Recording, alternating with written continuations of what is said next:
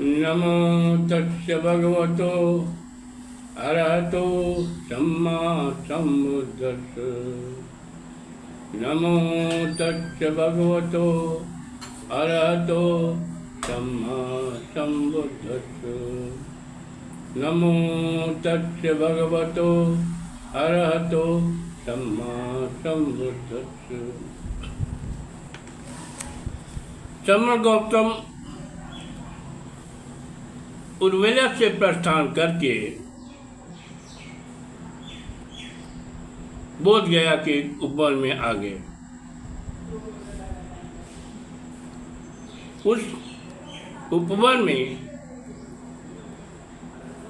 एक पीपल का वृक्ष था, जिसकी सघन छाया में वे बैठकर ध्यान मग्न हो गए। वे लगभग 7 माह तक अंतर्ध्यान मुद्रा में बैठकर चिंतन मनन करने लगे, जिसके फलस्वरूप उनके मन में अशांति, अस्थिरता जैसी मनोवृत्तियाँ धीरे धीरे समाप्त हो गई। उनका मन शुद्ध, निर्मल, स्वच्छ हो गया। तपस्या के मध्य में अनेक मार अर्थात बुरे प्रवृत्ति वाले विचार उनके मन में उठे, परंतु वे इनसे विचलित न होकर के अपने तप साधना में अडिग रहे। अंततः उन्हें एक नया ज्ञान प्राप्त हो गया। इस दिव्यमान व दिव्य ज्योति से उनका अंतःकरण प्रकाशमान हो गया। उनको मत के विकारों तथा तृष्णाओं को कैसे नाश किया जाए, इसका बोध हो गया। उन्होंने सत्य से सत्य की ओर, मृत्यु से अमृत की ओर ले जाने वाले सद्मार्ग का ज्ञान हो गया। यह ज्ञान उन्हें 528 ईस्वी पूर्व वैशाख पूर्णिमा के दिन प्राप्त हुआ था, जिस दिन पीपल वृक्ष के नीचे उन्हें ज्ञान प्राप्त हुआ। वह पीपल वृक्ष बोध वृक्ष कहलाए। उस समय श्रमण गौतम की आयु मात्र 35 वर्ष की थी। जब श्रमण गौतम बुद्ध बनने के लिए प्रयत्नशील थे,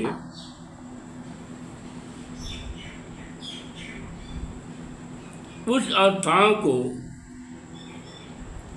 हम बोधिसत्व अवस्था कहते हैं। बोधिसत्व धीरे धीरे कर्मानुसार बुद्धत्व की प्राप्ति की ओर अग्रसर होते गए। वह ध्यानरत होकर ध्यानों की श्रेणियों को पार करते हुए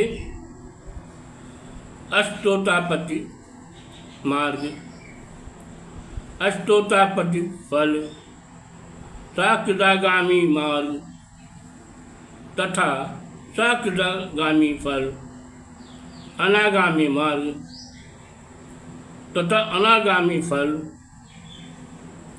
और आहत मार्ग और आहत फल को प्राप्त कर लिया।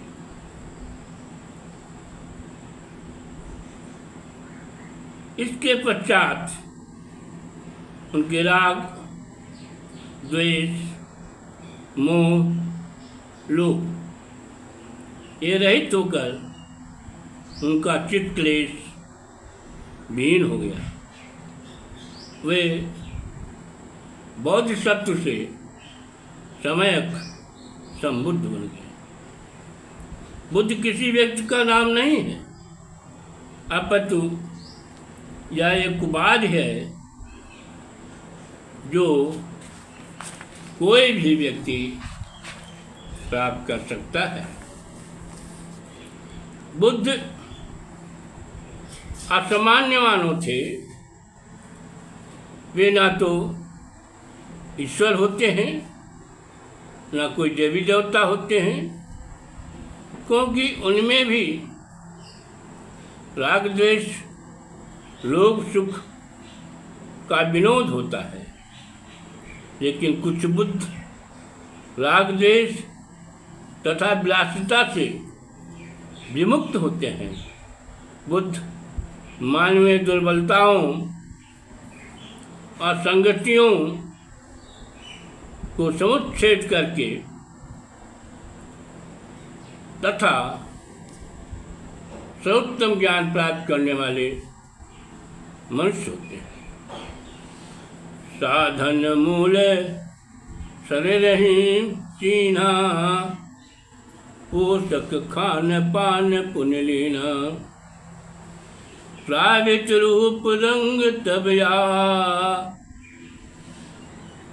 कपित केश वेश मन भावा। बोधिसत्व श्रमण गौतम ने यह जान लिया कि सब साधनों का शरीर ही केंद्र है, अतः शरीर का पोषण करने वाले खान पान वे फिर लेने लगे। तब उन्हें अपना स्वाभाविक रूप रंग मिल गया। उन्होंने अपना केश कर्तन करते हुए, केश बनवाते हुए सुंदर चीवर धारण कर लिया। शुभ संकल्प बहुर जिन जागे, वास विहाय चले पुण्य आगे, रंगत राह मिलो गठियारा, आसन लागे सुलभ कछारा। बोध प्राप्त करने का शुभ संकल्प उनके मन में था। फिर वे जागृत हो गया। वो अपने आवाज की छोड़कर आगे की बढ़े। मार्ग पर चलते हुए उन्होंने गठियारा से घात लिया और वो आसन में प्रयोग किया। आय गया महई दूत हेरा, पाए गए तल पियर केरा, बैठ गए लक्ष्मी तल छाही, अत संकल्प उदित महवाही। गया नामक स्थान में आकर उन्होंने इधर उधर देखा तो उन्हें पीपल की एक वृक्ष पेड़ दिखाई दिया। वे इसके शीतल छाया में बैठ गए। तब उनके मन में इस प्रकार का संकल्प पैदा हो गया, जो लग मिलहि न अंतिम ज्ञाना, तो लग भगन न होय नियाना, असगुण ध्यान लगावन आगे, मारे विकार विपुल जिय जागे। अब तक मुझे ज्ञान प्राप्त न होगा, जब तक मुझे ज्ञान प्राप्त न होगा तब तक मेरा ध्यान भंग न होगा। ऐसा सोचकर जब वे ध्यान लगाने लगे तो उनके हृदय में अनेक प्रकार के काम वासनाएं उत्पन्न होने लगी। उन्हें राजपाट, माता पिता, सुंदर पत्नी व पुत्र की याद आने लगी। उन्हें रूप, रंग, राग में उलझाने लगी। उन्हें वैराग भाव मार्ग को छोड़कर राग का मार्ग अपनाने के लिए विरोध करने लगे। यही विधि ही प्रलोभन नाना, विरथ निरत गुण गाना। काम क्रोध मद मोह सतावई, कुटिल कुभाव मन ही मरमावई। उनके मन को कुत्सित प्रवृत्तियाँ तरह तरह के प्रलोभन देती थीं। उनके मन को वैराग्य मार्ग से हटाकर सांसारिक सुख भोग के सब भाग दिखाती थीं। काम क्रोध अहंकार अज्ञान आदि सभी कुछ दुर्भाव उन्हें सताते थे और उनके मन में भ्रमित करते थे। एक निष्ठ मन होन न पावे, पुन पुन विषय विकाल धावे। उठपट काम कटक लखी बोरा, बोधि सत्य बुर धरई ढोरा। इन दुर्भाव के कारण उनका मन एकाग्र नहीं हो पाता था। वह बार बार विषम विषय वासनाओं की ओर दौड़ जाता था। काम वासनाओं की प्रचंड सेना को देखकर वो शत्रु वे सब हृदय में धैर्य धारण किया। दृढ़ संकल्प कठोर कमाना, तर्कस बुद्ध नरक बरबाना। त्वर संघान श्री मुख मारे, काम विकाल के उर्फारे। वो शत्रु का हक दृढ़ संकल्प हो, कठोर धनुष था, बुद्ध ही तर्कस था, तर्क ही श्रेष्ठ बात थे। जब उन्होंने संकल्प के धनुष पर तर्क के बाण संगान कर चलाए तो काम विकारों के सारे हृदय फट गए। छिन्न भिन्न सब काम बरूरा, चित्त झपट जिम निजम्बुक जूठा।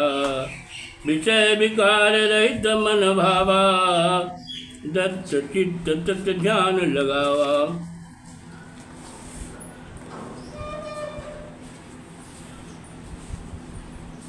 काम वासनाओं की सेना इस प्रकार छिन्न भिन्न हो गई जिस प्रकार सिंह की जबत से स्थानों का शियारों का समूह तितर बितर हो जाता है। जब उनका मन विषय विकारों से मुक्त हो गया तो उन्होंने तत्चित्त होकर ध्यान लगाया।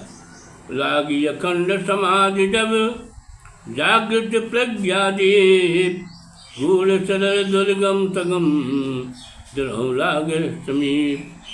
जब बोधशक्ति की अखंड समाधि लग गई और प्रज्ञा का दीपक जागृत हो गया तो उनके लिए कठिन विषय भी सरल हो गए, दुर्गम मार्ग भी सुगम मार्ग हो गए। दूर की वस्तु पास दिखने लगे।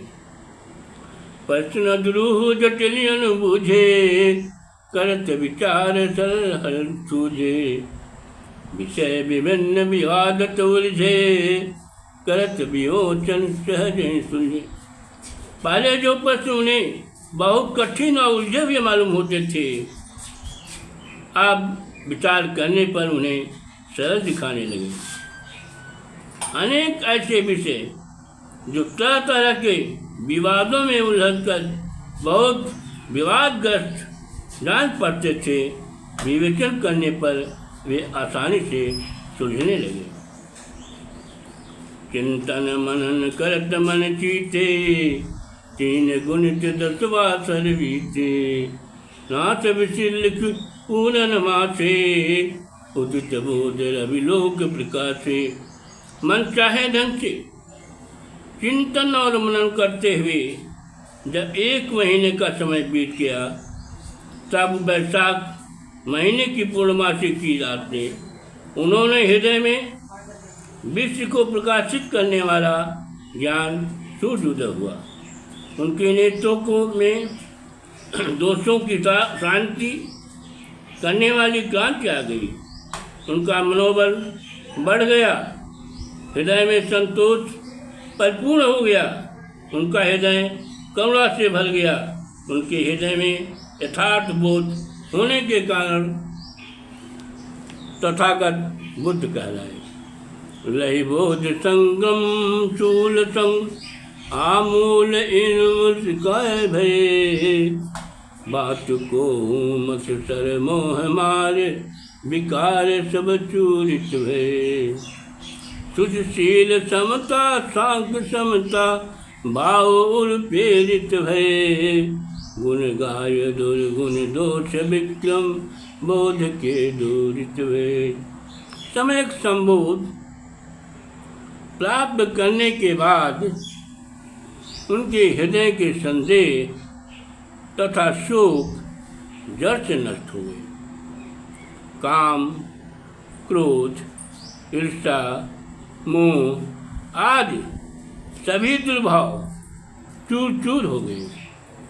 उनके हृदय में पवित्र शील, समता, करुणा और मैत्री के भाव भरपूर हो गए। नमो बुद्धाय।